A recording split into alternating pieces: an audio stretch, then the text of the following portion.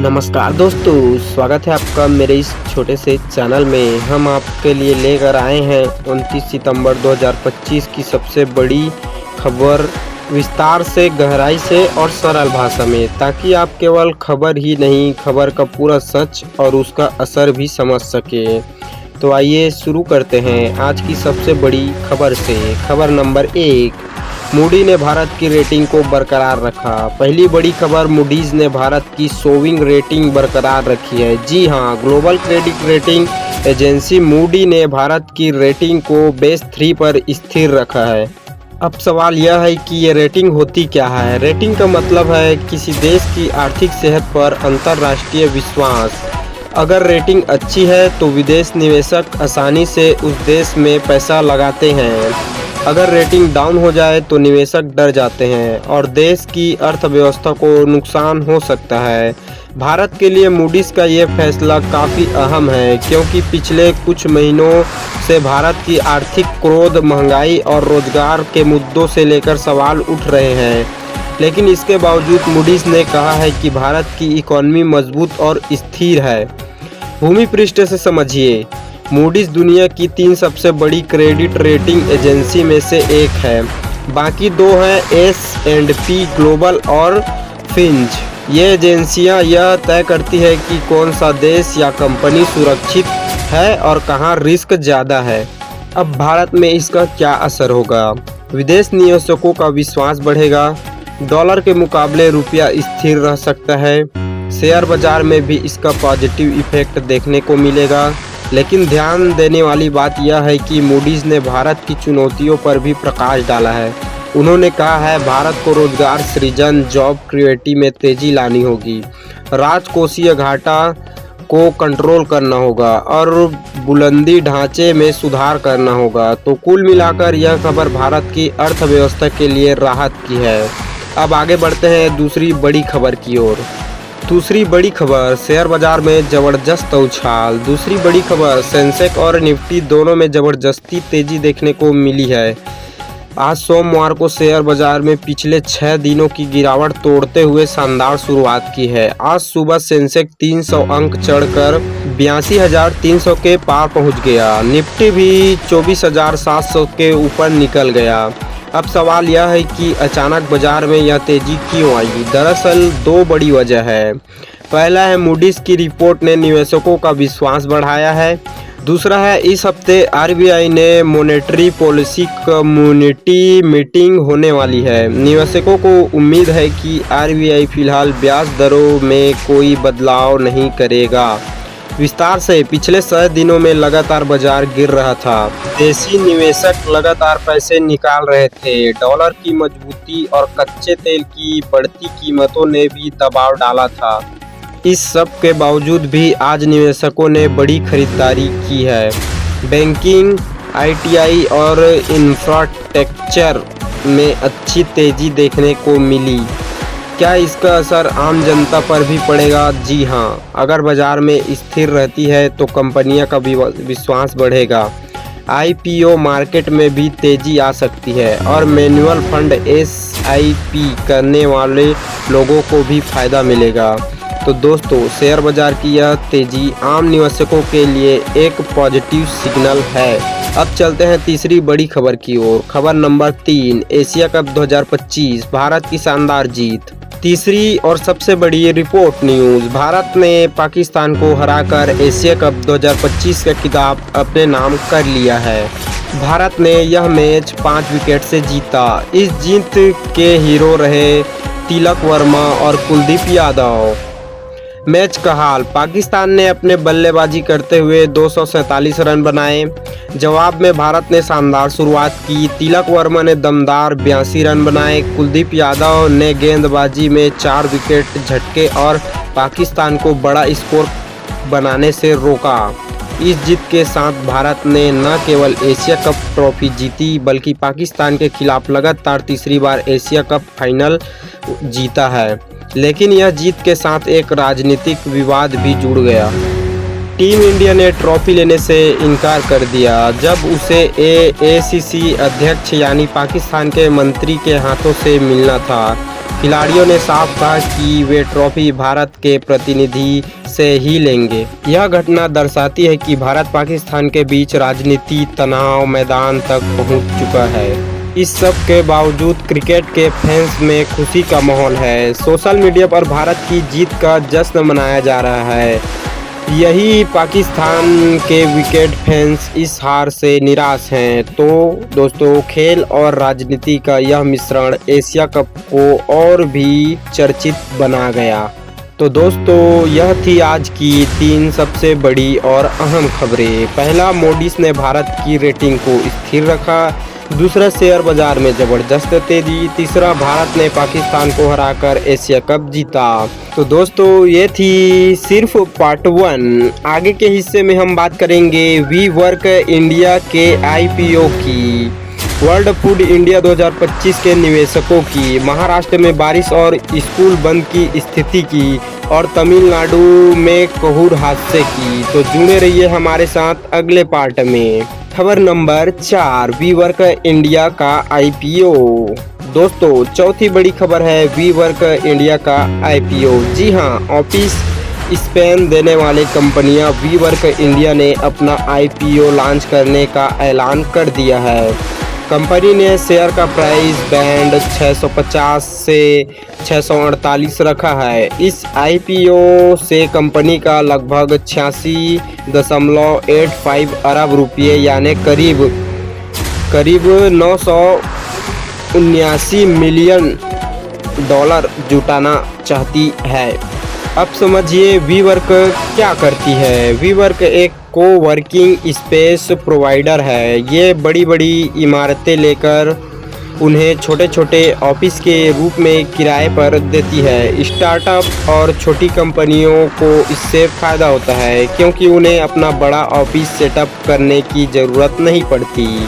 We work की शुरुआत America में हुई थी और धीरे धीरे यह भारत में भी काफ़ी लोकप्रिय हो गया है। IPO क्यों खास है? वी वर्क की ग्लोबल पेरेंट कंपनी पहले बहुत घाटे में चली गई थी, लेकिन भारत में इसका बिजनेस लगातार बढ़ रहा है। पिछले साल वी वर्क इंडिया का रेवेन्यू 45% बढ़कर 1700 करोड़ तक पहुंच गया था।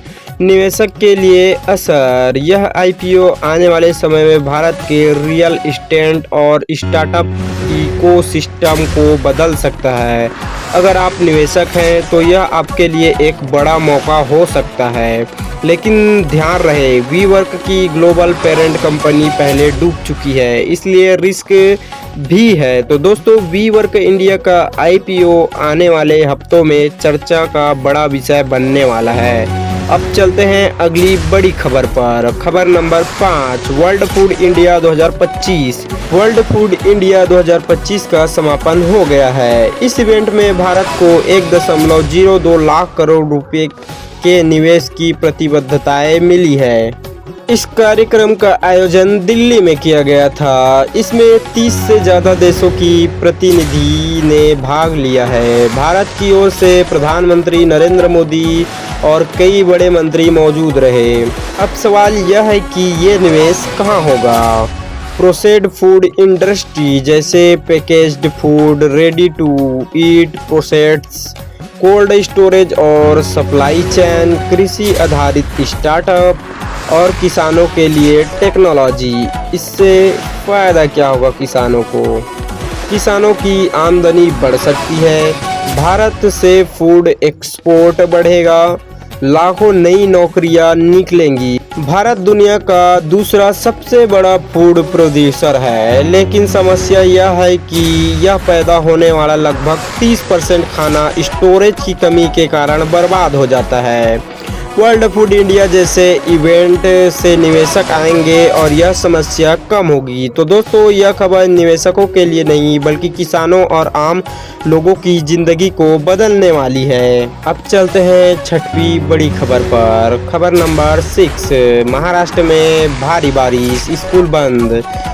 महाराष्ट्र में भारी बारिश का कहर, मौसम विभाग ने कई जिलों में रेड और ऑरेंज अलर्ट जारी किया है। इस वजह से पालघर जिले में सभी स्कूल आज बंद रखे गए हैं। मुंबई और आसपास के इलाकों में लगातार बारिश हो रही है। कई जगहों पर पानी भर गया है।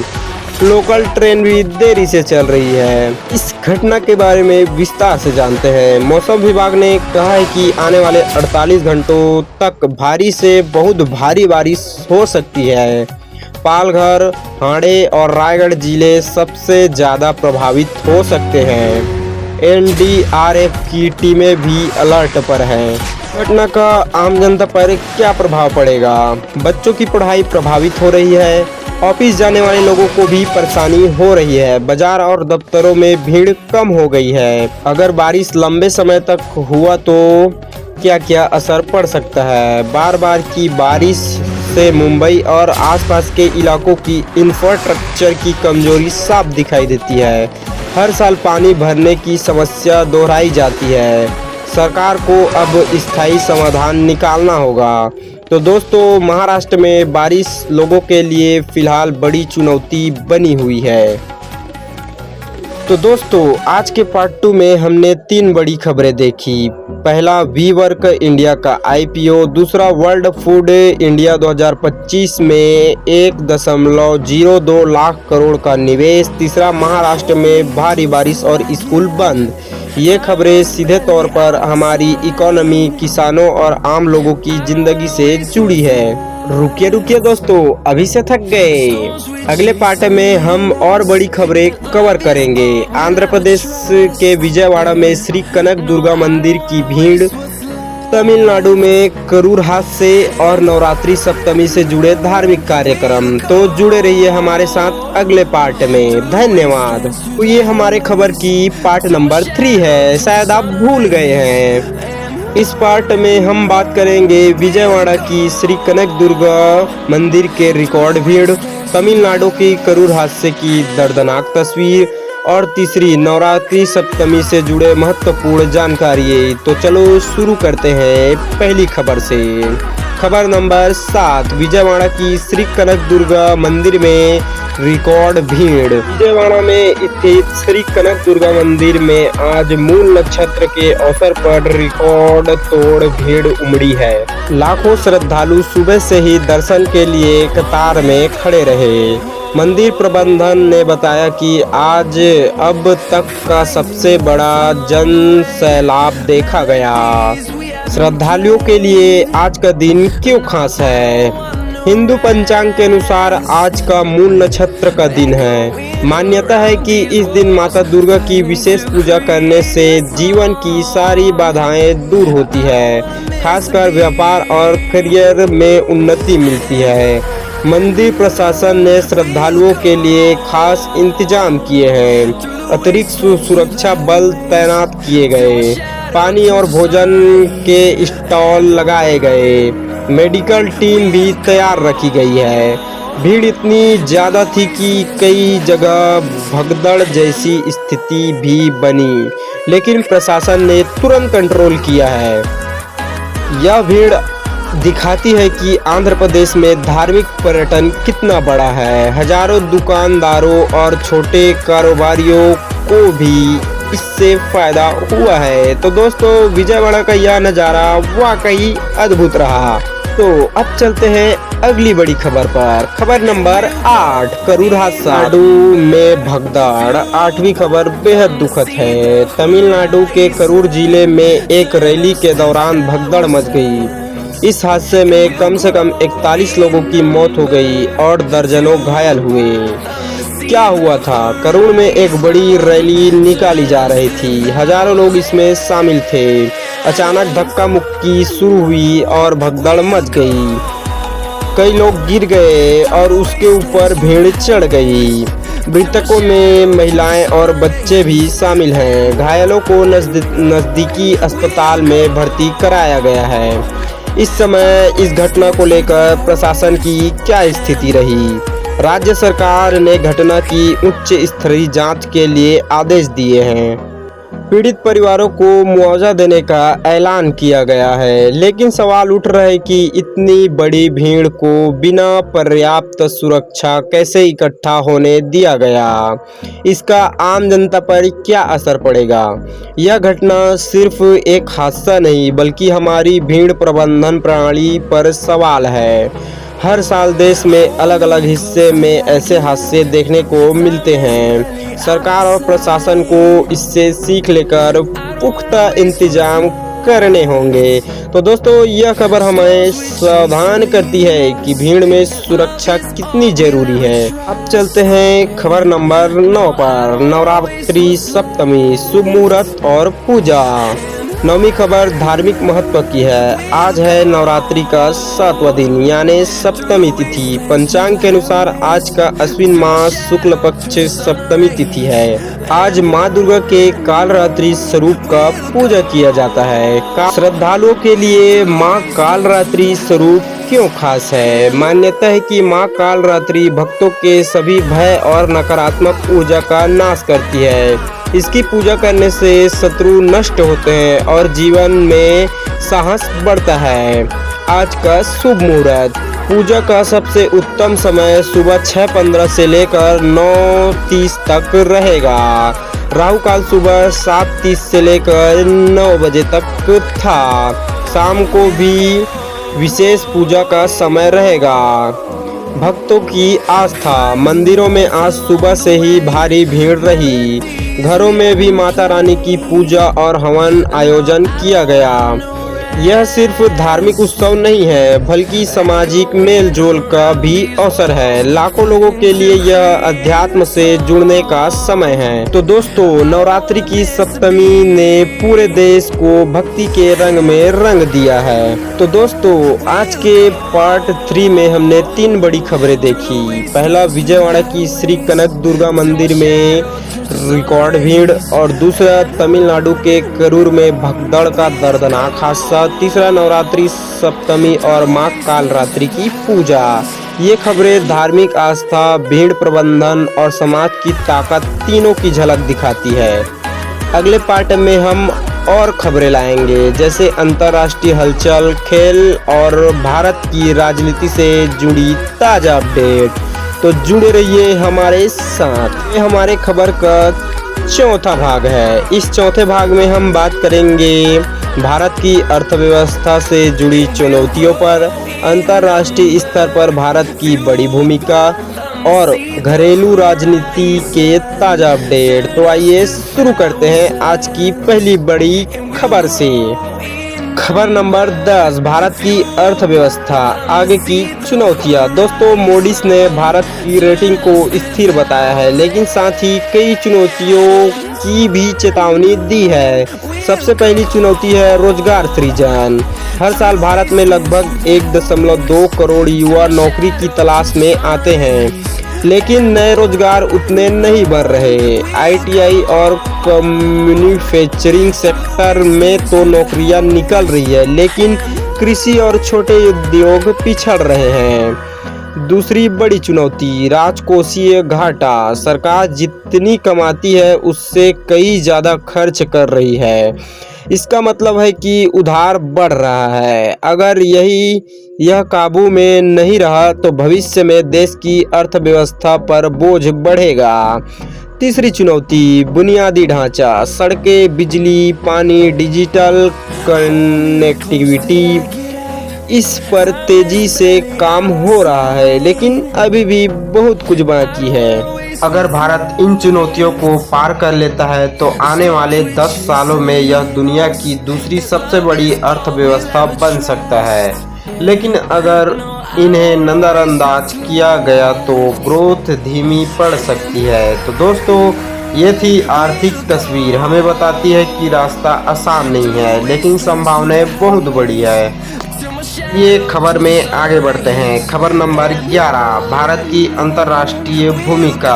अब बात करते हैं भारत की अंतर्राष्ट्रीय छवि की। पिछले 1 साल में भारत ने G20 की अध्यक्षता सफलता पूरी की है। BRICS समूह में अपनी भूमिका और मजबूत की है। और संयुक्त राष्ट्र यूएन में स्थायी सदस्यता की मांग को फिर से जोरदार ढंग से उठाया है। अमेरिका, यूरोप और एशिया के कई देशों ने व्यापार समझौते पर साइन इन किया है। अमेरिका में भी भारत की पकड़ मजबूत हो रही है, खासकर फूड और टेक्नोलॉजी सेक्टर में। इसका क्या असर पड़ेगा? भारत सिर्फ एक उभरती हुई अर्थव्यवस्था नहीं बल्कि एक वैश्विक नेतृत्वकर्ता की भूमिका निभा रहा है और चीन के मुकाबले भारत को अब ज़्यादा भरोसेमंद पार्टनर माना जा रहा है। तो दोस्तों, यह खबर हमें बताती है कि आने वाले समय में भारत सिर्फ घरेलू नहीं बल्कि वैश्विक स्तर पर भी बड़ा खिलाड़ी बनने जा रहा है। आगे बढ़ते हैं खबर नंबर 12 की ओर। राजनीति, महाराष्ट्र और बिहार की हलचल। अब चलते हैं राजनीति की ओर। महाराष्ट्र में भारी बारिश के बीच राज्य सरकार ने अपना प्रबंध को लेकर नई पॉलिसी लाने का ऐलान किया है। विपक्ष का आरोप है कि सरकार हर साल सिर्फ वादे करती है लेकिन मुंबई की बारिश की समस्या वही रहती है। वहीं बिहार में प्रधानमंत्री नरेंद्र मोदी और मुख्यमंत्री ने मिलकर मुख्यमंत्री महिला रोजगार योजना का बड़ा ऐलान किया। इस योजना के तहत 75 लाख महिलाओं को रोजगार से जोड़ा जाएगा। महिलाओं को छोटे बिजनेस शुरू करने के लिए लोन और ट्रेनिंग दी जाएगी। इसका बिहार पर क्या असर पड़ेगा, आइए अब ये जानते हैं। बिहार जैसे राज्य में महिलाओं की आर्थिक भागीदारी बढ़ेगी। राजनीति के लिहाज से भी यह बड़ा कदम है क्योंकि अगले साल विधानसभा चुनाव होने हैं। तो दोस्तों, यह राजनीति तस्वीर बताती है कि कैसे सरकारें विकास और वोट बैंक दोनों पर फोकस कर रही है। तो दोस्तों, आज के पार्ट 4 में हमने 3 बड़ी बातें देखी। पहला, भारत की अर्थव्यवस्था की चुनौतियाँ। दूसरा है अंतर्राष्ट्रीय स्तर पर भारत की बड़ी भूमिका। तीसरा, महाराष्ट्र और बिहार की ताज़ा राजनीति हलचल। ये खबरें हमें दिखाती है कि भारत की सिर्फ घरेलू चुनौतियाँ से नहीं जूझ रहा बल्कि वैश्विक मंच पर भी अपनी पहचान बना रहा है। अगले पार्ट में हम और भी गहराई वाली खबरें कवर करेंगे, जैसे टेक्नोलॉजी, शिक्षा और आम जनता से जुड़ी ताज़ा हलचल। तो जुड़े रहिए हमारे साथ। Breaking news part number 5। इस एपिसोड में हम खास तौर पर 3 बड़े मुद्दों पर चर्चा करेंगे। पहला, भारत की टेक्नोलॉजी स्टार्टअप दुनिया में हलचल। दूसरा, शिक्षा व्यवस्था से जुड़ी नई पहलें। तीसरा, और आम जनता की जिंदगी से जुड़ी कुछ खास खबरें। तो चलिए शुरू करते हैं। खबर नंबर 13, भारत की टेक्नोलॉजी क्रांति। दोस्तों, भारत में टेक्नोलॉजी के क्षेत्र में दिन प्रतिदिन आगे बढ़ रहा है। हाल ही में भारत ने दुनिया का सबसे बड़ा 5G नेटवर्क लॉन्च किया है। कई शहरों में अब 6G ट्रायल भी शुरू हो गए हैं। सैटेलाइट इंटरनेट कंपनियां जैसे स्टारलिंक और वनवेव भी भारत में तेजी से सेवाएं शुरू कर रही है। इसका भारत पर क्या असर पड़ेगा? गांव और छोटे कस्बे में भी तेज इंटरनेट पहुंचेगा। बच्चों की पढ़ाई, युवाओं की नौकरियां और कारोबार का बिजनेस आसान होगा। इसके साथ ही भारत स्टार्टअप ने पिछले 1 साल में $25 अरब से ज़्यादा की फंडिंग हासिल की है, खासकर AI, फिटनेस और हेल्थ सेक्टर में। इसका मतलब है कि भारत में आने वाला समय नवाचार का होगा। तो दोस्तों, यह खबर बताती है कि टेक्नोलॉजी अब सिर्फ शहरों तक सीमित नहीं है बल्कि पूरे भारत में फैल रही है। अब आगे बढ़ते हैं। खबर नंबर 14, शिक्षा में नई पहल। अब बात करते हैं शिक्षा की। केंद्र सरकार ने घोषणा की है कि अगले साल से नेशनल डिजिटल यूनिवर्सिटी NDU शुरू किया जाएगा। इससे देश के हर कोने के छात्र ऑनलाइन पढ़ाई कर सकेंगे। IIT और IIM के टॉप प्रोफेसर लाइव क्लास लेंगे। इसके अलावा 10वीं और 12वीं के बच्चों के लिए नई परीक्षा प्रणाली लागू की जा रही है। अब बच्चों को बार बार एग्ज़ाम देने का विकल्प मिलेगा, यानी अगर पहली बार अच्छे नंबर नहीं आए तो दोबारा कोशिश कर सकेंगे। इसका असर क्या पड़ेगा वो जानते हैं। बच्चों पर एग्जाम का दबाव कम हो जाएगा। गरीब और दूर दराज के बच्चे भी अच्छे शिक्षकों से पढ़ सकेंगे। राज्य स्तर पर भी नई पहले शुरू है। दिल्ली सरकार ने स्कूल ऑफ फ्यूचर नाम से 20 नए मॉडल स्कूल लॉन्च किए हैं। वहीं उत्तर प्रदेश में 5 लाख छात्रों को डिजिटल टैबलेट बांटे हैं। तो यह साफ है कि शिक्षा का चेहरा अब बदल रहा है। ऑफलाइन से ऑनलाइन और रटने से हटकर स्किल्स पर फोकस की ओर। खबर नंबर 15, आम जनता की जिंदगी से जुड़ी खबरें। दोस्तों, अब बात करते हैं उन खबरों की जो सीधे आपकी और मेरी जिंदगी से जुड़ी है। पेट्रोल और डीजल के दामों में इस हफ्ते कोई बदलाव नहीं हुआ, लेकिन एलपीजी गैस सिलेंडर 25 रुपये महंगा हो गया है। इसका असर सीधा हर घर की किचन पर पड़ेगा। रेलवे ने बड़ा ऐलान किया है, अगले 2 सालों में 300 नई वंदे भारत ट्रेनों को शुरू किया जाएगा। यात्रियों के लिए वाईफाई, ऑटोमेटिक डोर और बेहतरीन सीटिंग जैसी सुविधाएं होंगी। स्वास्थ्य से जुड़ी कुछ प्रमुख खबरें। सरकार ने 15 लाख नए आयुष्मान कार्ड जारी किए हैं। इसका मतलब है कि गरीब 5 लाख रुपए तक का मुफ्त इलाज करा सकेंगे।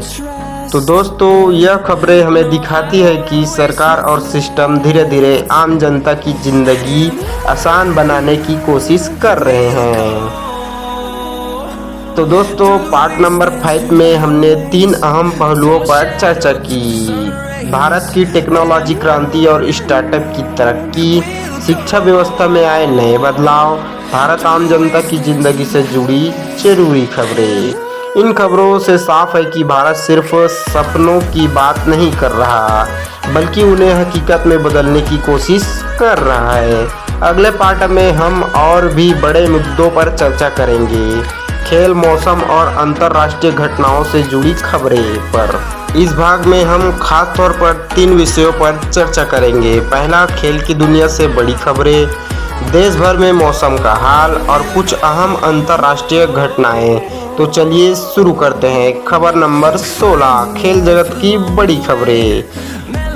सबसे पहले क्रिकेट। एशिया कप का फाइनल भारत और पाकिस्तान के बीच खेला जा रहा है। मैच का रोमांच चरम पर है और पूरे एशिया की नजरें इन मुकाबलों पर टिकी है। फुटबॉल की बात करें तो फीफा वर्ल्ड कप क्वालिफायर में भारत ने कतर को हटाकर इतिहास रच दिया।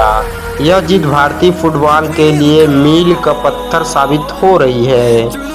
ओलंपिक की तैयारी। भारत ने 120 से ज़्यादा खिलाड़ी 2028 ओलंपिक के लिए ट्रेनिंग कर रहे हैं। सरकार ने खिलाड़ियों के लिए नया फंड जारी किया है ताकि वे बेहतर सुविधाएं पा सकें। इसका खिलाड़ियों पर क्या असर पड़ेगा? क्रिकेट, फुटबॉल और ओलंपिक, इन तीनों में भारत की बढ़ती ताकत हमें बताती है कि आने वाला दशक भारत के खेलों का दशक हो सकता है। दोस्तों, एपिसोड में आगे बढ़ते हैं। खबर नंबर 17 की ओर, मौसम का हाल। अब बात करते हैं मौसम की। भारतीय मौसम विभाग IMD के मुताबिक इस बार मानसून सामान्य से 5% ज़्यादा रहा। महाराष्ट्र और गुजरात में कुछ इलाकों में भारी बारिश हुई, जिसके बाढ़ जैसे हालात बने। वहीं उत्तर भारत में कई राज्यों में सूखे की स्थिति बनी हुई है। दिल्ली और आसपास के इलाकों में प्रदूषण का स्तर फिर से बढ़ने लगा है। सरकार ने ग्रेटेंडेड रिस्पॉन्स एक्शन प्लान GRAP लागू करने का ऐलान किया है। सर्दियों की ओर इशारा। अक्टूबर के बाद तापमान धीरे धीरे गिरना शुरू होगा। मौसम विभाग ने चेतावनी दी है कि इस बार सर्दी सामान्य से ज़्यादा ठंडी हो सकती है। इसका आम जनता पर क्या असर पड़ेगा? किसानों के लिए यह मौसम बहुत अहम है। फसलों को समय पर पानी और ठंडा का सही स्तर मिलना जरूरी है। अब एपिसोड में आगे बढ़ते हैं। खबर नंबर 18 की ओर, अंतर्राष्ट्रीय घटनाएं। अमेरिका राष्ट्रपति चुनाव के माहौल गर्म है। रिपब्लिकन और डेमोक्रेटिक पार्टी दोनों पूरी तरह ताकत झोंक रही है। यूरोप, यूक्रेन और रूस के बीच युद्ध अभी भी जारी है। हाल ही में शांति वार्ता की कोशिश हुई, लेकिन सफलता नहीं मिली। एशिया, चीन और ताइवान के बीच तनाव बढ़ रहा है। भारत और जापान मिलकर इंडो पैसिफिक क्षेत्र में नया सैन्य अभ्यास कर रहे हैं। इसका क्या असर पड़ेगा? यह घटनाएं सिर्फ उन देशों को नहीं, बल्कि पूरी दुनिया की राजनीति और अर्थव्यवस्था को प्रभावित कर रही है। खासकर ऊर्जा, व्यापार और सुरक्षा पर इनका बड़ा असर देखने को मिल रहा है। तो दोस्तों, पार्ट 6 में हमने 3 बड़ी बातें देखी। पहला, खेल जगत की ताज़ा हलचल। दूसरा, देश भर में मौसम का हाल। तीसरा, अंतर्राष्ट्रीय घटनाओं का प्रभाव। ये खबरें हमें बताती है कि दुनिया लगातार बदल रही है और भारत इन बदलावों के साथ कदम से कदम मिलाकर चल रहा है। अगले पार्ट में हम और भी खास मुद्दों पर चर्चा करेंगे। मनोरंजन, विज्ञान और समाज से जुड़ी खबरें। इस भाग में हम 3 अहम पहलुओं पर चर्चा करेंगे। पहला, मनोरंजन जगत की बड़ी खबरें। दूसरा, विज्ञान और शोध से जुड़ी नई उपलब्धियां। तीसरा, समाज से जुड़ी खास घटनाएं। तो चलिए शुरू करते हैं। खबर नंबर 19वां, मनोरंजन जगत की बड़ी खबरें। दोस्तों, मनोरंजन जगत की दुनिया में आज कई खबरें सामने आई है। बॉलीवुड, शाहरुख खान और सलमान खान की फिल्म एक साथ रिलीज हुई है। सिनेमाघरों में दोनों सुपरस्टार्स की फिल्म देखने के लिए लंबी कतारें लगी है। बॉक्स ऑफिस पर पहले ही दिन रिकॉर्ड तोड़ कमाई की खबर है। साउथ सिनेमा, प्रभास की नई फिल्म काल भैरव ने वर्ल्ड वाइड 500 करोड़ का आंकड़ा पार कर लिया है। इस फिल्म की VFX तकनीक को बॉलीवुड तक से तारीफ मिल रही है। OTT प्लेटफॉर्म नेटफ्लिक्स और अमेज़न प्राइम पर भारत वेब सीरीज का दबदबा लगातार बढ़ रहा है। खासकर क्राइम, थ्रिलर और फैमिली ड्रामा सीरीज सबसे ज़्यादा पसंद की जा रही है। इसका असर, मनोरंजन इंडस्ट्री अब सिर्फ बॉलीवुड तक सीमित नहीं रही, बल्कि साउथ और OTT मिलकर नया युग बना रहे हैं। तो चलिए दोस्तों, आगे बढ़ते हैं। खबर नंबर 20, विज्ञापन और शोध की उपलब्धियां। अब बात करते हैं विज्ञान की। इसरो ने चंद्रयान 4 मिशन की तैयारी शुरू कर दी है। यह मिशन 2027 तक चांद पर इंसानों को भेजने की दिशा में एक कदम होगा। DRDO ने देश का पहला हाइपरसोनिक मिसाइल सिस्टम टेस्ट किया है। यह मिसाइल आवाज़ की गति से 7 गुना तेज चल सकती है। मेडिकल साइंस, भारतीय वैज्ञानिकों ने कैंसर के इलाज के लिए नया बायोथेरेपी ट्रीटमेंट विकसित किया है। इससे शुरुआती स्टेज के कैंसर मरीजों को बिना कीमोथेरेपी के इलाज मिलने की उम्मीद है। यह खबरें हमें बताती है कि भारत सिर्फ टेक्नोलॉजी ही नहीं, बल्कि विज्ञान और रिसर्च के क्षेत्र में भी दुनिया में अपनी छाप छोड़ रहा है। तो चलिए दोस्तों, आगे बढ़ते हैं। खबर नंबर 21, समाज से जुड़ी घटनाएं। दोस्तों, अब बात करते हैं समाज से जुड़ी खबरों की ओर। महिलाओं की सुरक्षा, दिल्ली और मुंबई पुलिस ने महिलाओं की सुरक्षा के लिए नई हेल्पलाइन और मोबाइल ऐप लॉन्च किया है। अब बात करते हैं शिक्षा और युवाओं के लिए। भारत में युवा उद्यमिता अभियान शुरू हुआ है।